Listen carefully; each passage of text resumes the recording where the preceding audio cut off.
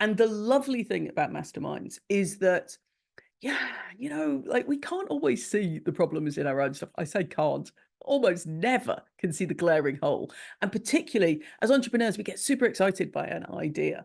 So to have a group of people that you trust who can say, yes, but have you thought about this?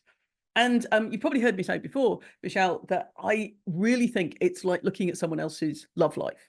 So you can look at a couple together and think, oh, they should not be together. Absolutely. Look at the state of that. But you can't see it in your own relationship because you're too close to it. Well, a mastermind, after you've built that trust, after you've got that safe space, you can turn to someone and say, this idea, yeah, I can see you're excited about it. However, there are a few holes in it. Would you like to hear them? And at that point, welcome to the Business Ownership Podcast, brought to you by Awareness Strategies, helping you navigate the waters between entrepreneurship and ownership. Hey there, peeps. This is Michelle Nedelec, and I'm super glad that you're here with us today because I'm here with my most amazing guest, Liz. Thank you so much for being here with us today. Thank you for having me. I'm excited to be here. Nice. So give everybody the highlight of who you are and what you do for business. Well, I'm a business strategist and a mastermind evangelist. I just believe everyone should either be in a mastermind or running a mastermind, ideally both. And that doing those things will help you grow your business, because I work with small businesses who want to get bigger without falling over from overwork. That's all of us, right? That's all of us. So just for the glossary of terms at the end of the show, what is mastermind to you and how do you define it? Good point. Now, I like the tone of your question there. What is a mastermind to me? Because sadly, mastermind is an entirely unrelated, unregulated business, and people call a lot of things masterminds that aren't. So as far as I'm concerned, they are small groups that meet regularly. They set a goal, they discuss things, there's hot seats or spotlights. So people meet regularly, set a goal, and achieve that goal before they meet next time. That's crucial, because otherwise it's just a nice chat, and that is of no use to man the beast, really. So how did you get into masterminds, as you think? Well, I used to work in the film industry, and the film industry is super collaborative. I worked in visual effects, which is after they filmed all the exciting, geeky stuff that is added afterwards to make it look exciting. And basically what they used to do was sort of open a door, throw in a bunch of experts into a room and say, win awards. So we'd sit there months later, we would emerge with hopefully something beautiful. But that group, we kind of pretty much had to learn to get on with each other. And the thing about the film industry, as you know yourself, people are paid a lot of money to be right, which means you're in a room full of people who are all convinced they are correct. And this is not always true. And frankly, if diplomacy doesn't break out pretty quickly, you're all in a lot of trouble. So when I left the film industry, I missed that collaborative side. I missed that working in a group. And I really do think that we're humans. We are just better in groups. Nice. I love it. Well, and to me, as you well know, I'm a huge Think and Grow Rich fan. In the essence that I loved the mastermind aspect of what he was talking about, that a triple braided cord can never be broken. You have three people focused on the same goal. Inspiration and ideas happen that they wouldn't typically happen with a single individual. And when three people are focused on that, succeeding in that area, then it's like pushing water downhill. It's like taking 3 glasses of water and throwing them on the table. You have a wet table, but if you put them all kind of going in the same direction, then you can move stuff and actually clean the table, get stuff off.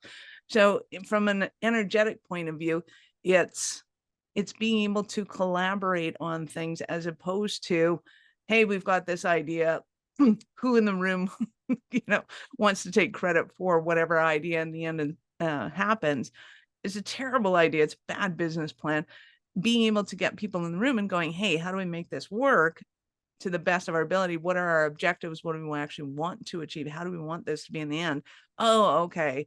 And now the ideas start to collaborate. So what do you think are the elements for a good mastermind that help to strengthen that direction?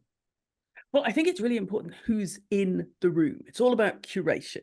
If you just have 4 random business owners, that's going to be okay. It's not going to be great. Whereas a really good mastermind is a group of people who are really carefully selected to be together. They're moving at the same speed towards their goal. They have potentially similar goals, but they're about the same level in business as well. You don't want someone who's super experienced who is annoyed by the newbie, and you don't want the newbie being completely overwhelmed by the super experienced person. So you want people about the same level, moving at about the same speed. And also, I never used to say this, but this is so important. You need to have a group of people who actually like being in a group. Because let's face it, we all know a few humans that are just misanthropes. They just don't like other humans. And yet they join group programs. There they are, silently hating the rest of humanity. And so you have to like other people, and then you have to be carefully selected in the group. So I know it sounds ridiculous to mention it, but I have now seen probably hundreds, if not thousands, of masterminds. And the ones that work all have people that really seriously want to be there and really want to achieve their goals. Love it. Well, one of the things that a lot of people don't know is that Henry Ford, the original, gained a lot of, he had exponential growth in his business. And one of his philosophies was that every department is a mastermind unto themselves. So he would collaborate with his C-suites. His C-suites would then collaborate with their middle management. Middle management would then collaborate. And they had this system of masterminding throughout the company. It was a culture within the company until his son took over and screwed everything up. But that's beside the point. So when it comes to being able to utilize this, a lot of people, one, if you have a solopreneur, who do they collaborate with? 2, if you have somebody that's like, I just need somebody that I can hammer out the ideas with and not freak out the company because they're going this direction. I want to be able to get new ideas and fresh inspiration without scaring everybody that they're going to lose their jobs or all that kind of silliness. So how do you orchestrate all of that within your groups? And talk to me, get on your pedestal. So work it out. You're right. It needs to feel like a safe space, because if you are in a position where even suggesting an idea is going to startle the horses, that's going to be very problematic. So that goes back to curation. You need to have a bunch of people who are, I think of it as leaning in. They're ready, like a conversation, like a dinner party where somebody suddenly says something really interesting and everyone's like, ooh, tell me more. And the lovely thing about masterminds is that, we can't always see the problems in our own stuff. I say can't, almost never can see the glaring hole. And particularly as entrepreneurs, we get super excited by an idea. So to have a group of people that you trust who can say, yes, but have you thought about this? And you probably heard me say before, Michelle, that I really think it's like looking at someone else's love life. So you can look at a couple together and think, oh, they should not be together. Absolutely. Look at the state of that.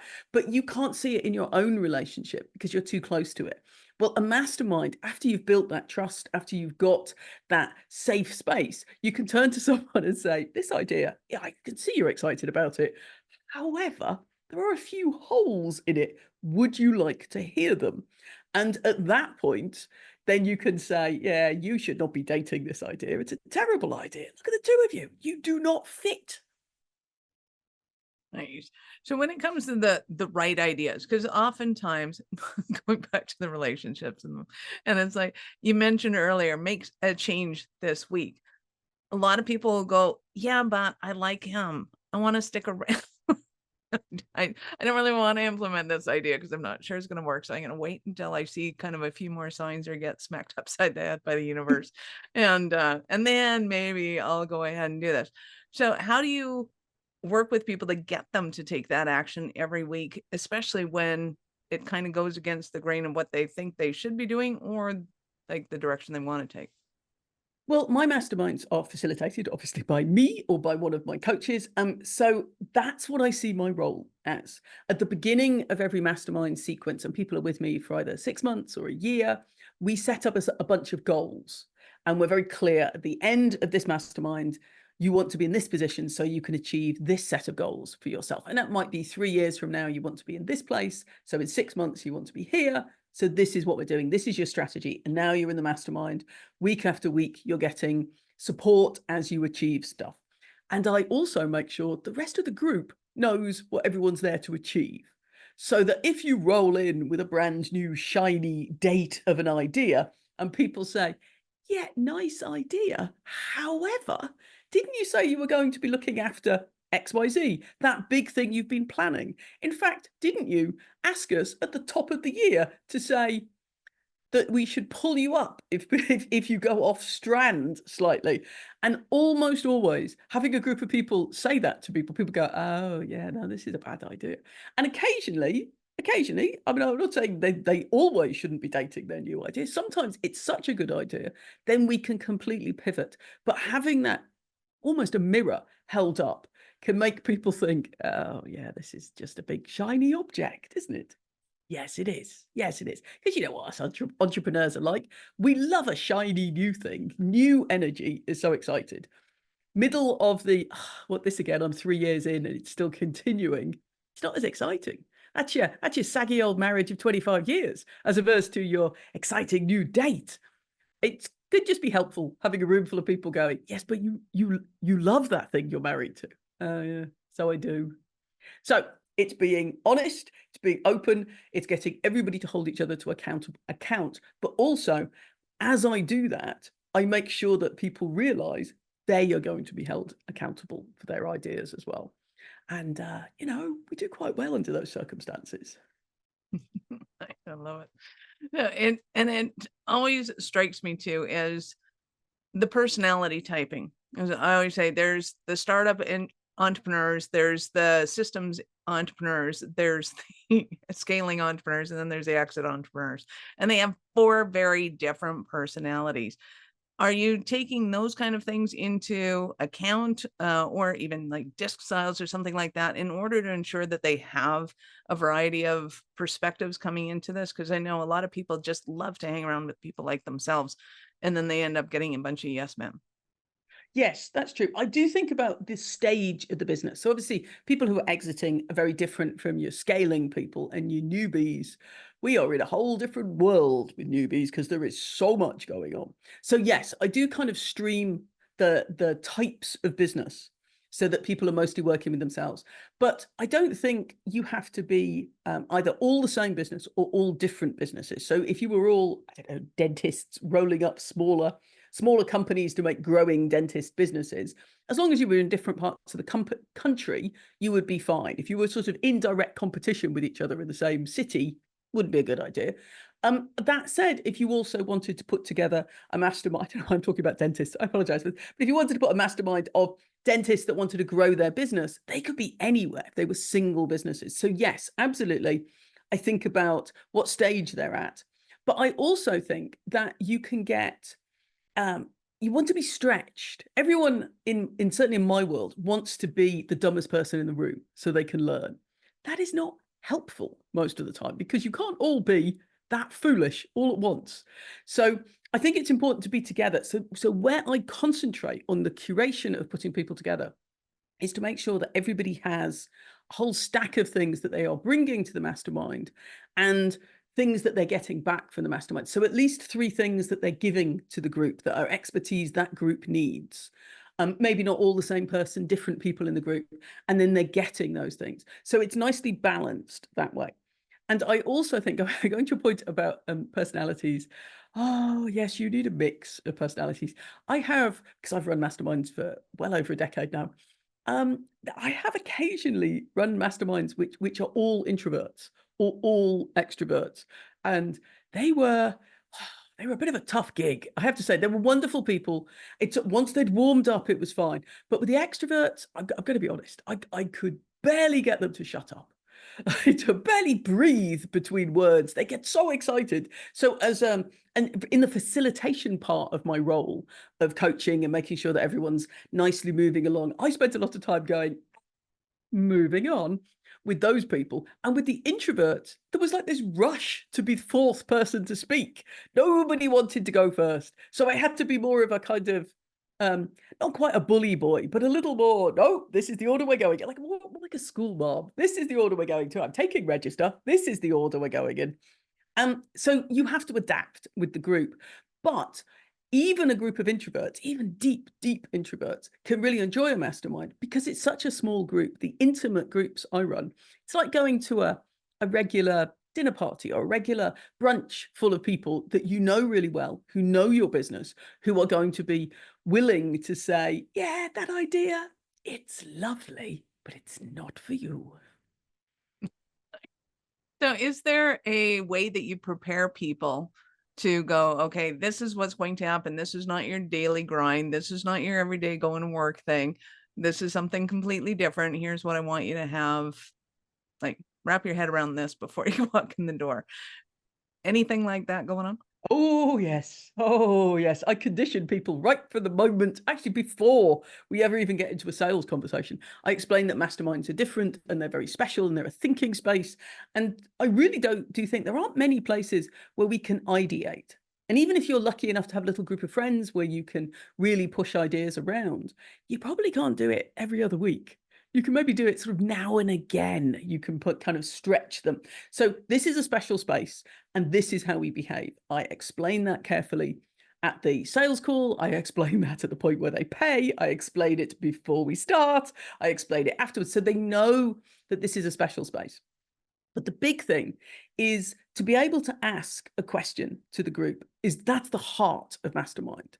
Because most of the time in business, there's always something in the back of your mind. Should I do this? Should I hire this person? What do you think about this? Or even just, why am I still doing this? Is this a good idea?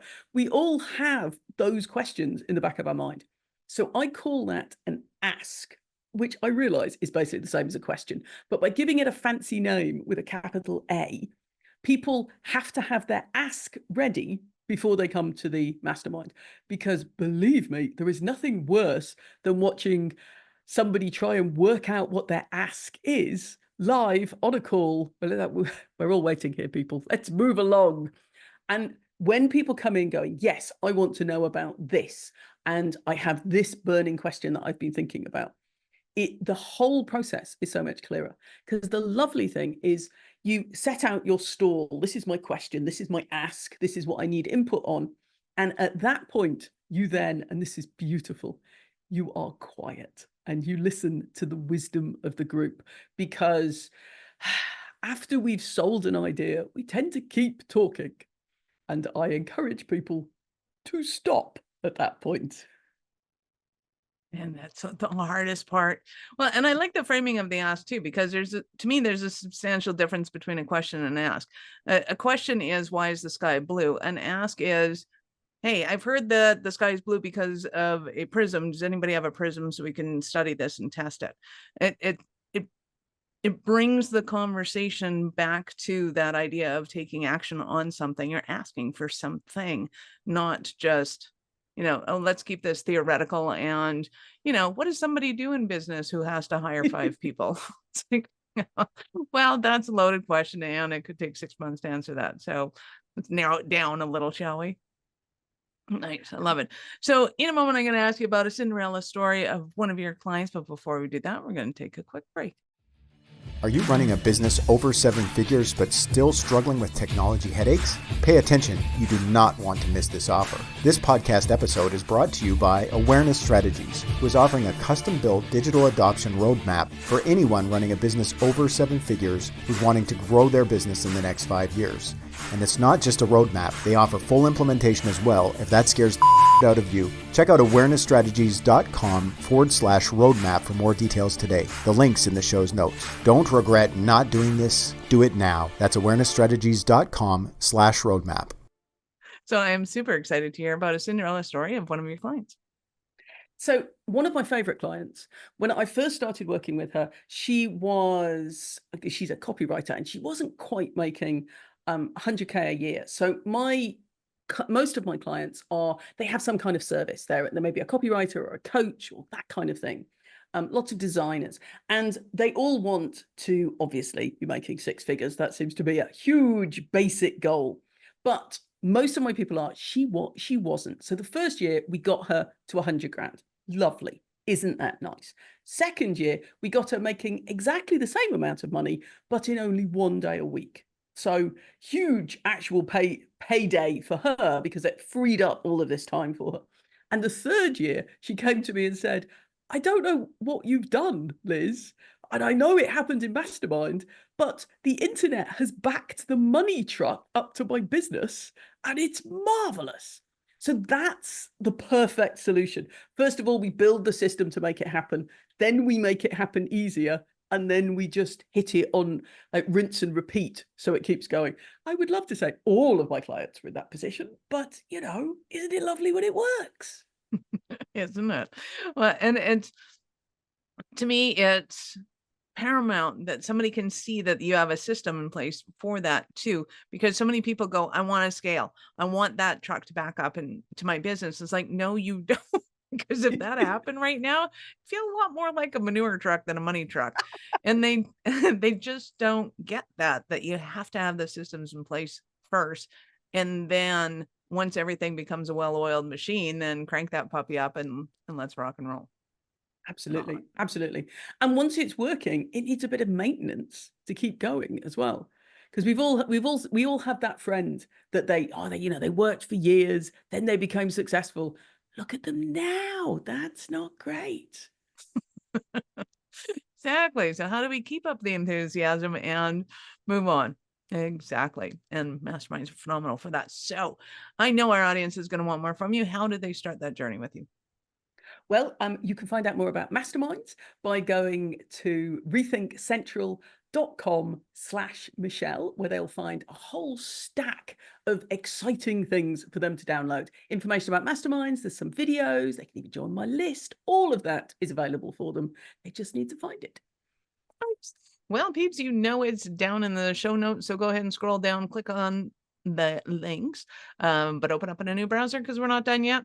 So Liz, I get to ask you, at what point in life did you know you're special kind of crazy enough to think that you could become an entrepreneur? I was about 17, actually, to be fair. Like pretty young. I started making jewelry. My first degree is as a silversmith. I know it's not something that I talk about very much, but yes, I am a fully trained silversmith. And I started making jewelry very, very young. And I used to sell it at my local rock club. I ever told you this story? Oh, it's completely ridiculous. So this is really sticky 80s club called Stairways, which was every bit as horrible as that name would imply. It was very dark and you were very glad. So at about, I don't know, just about the time the pubs closed, I would slide into the loos and start selling stuff to whoever came through the door. So it's like, I know this is an odd question, but would you like to buy some earrings? And people did. And it paid for all of my underage drinking, taxis to and from, all of my material costs. I did it on a Friday and a Saturday. And it was great. And I made a lot of money for a teenager. I made a huge pile of money. But gradually, I became known as the girl from Stairways Toilets, which was not really the branding I ever wanted, to be fair. And keep in mind, peeps, we are not encouraging underage drinking, nor is this message part of the sponsorship of the show. Exactly. So wrong. And once people started running up to me, like in the middle of the street, well, have you got any earrings? Well, no.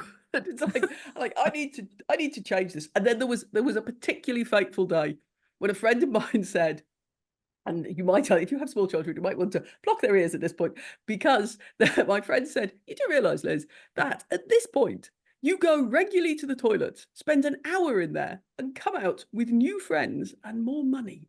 And I'm like, oh, the optics are terrible on this. And that's when I stopped. But yes, so I started early in my jewelry business. That's awesome. I love it. Sometimes reputation and reality of the situation are not the same thing at all. And sometimes you just kind of have to take the brunt of it and go, oh yeah, I get it. It's all good. That's hilarious. You've been absolutely awesome. Any last words for our peeps?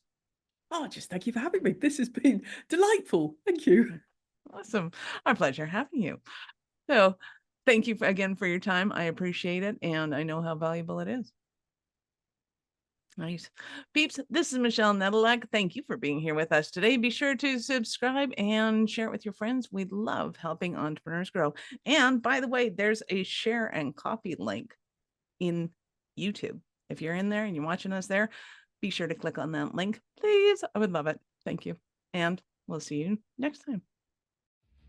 Are you running a business over 7 figures but still struggling with technology headaches? Pay attention, you do not want to miss this offer. This podcast episode is brought to you by Awareness Strategies, who is offering a custom-built digital adoption roadmap for anyone running a business over 7 figures who's wanting to grow their business in the next 5 years. And it's not just a roadmap, they offer full implementation as well if that scares the out of you. Check out awarenessstrategies.com/roadmap for more details today. The link's in the show's notes. Don't regret not doing this. Do it now. That's awarenessstrategies.com/roadmap.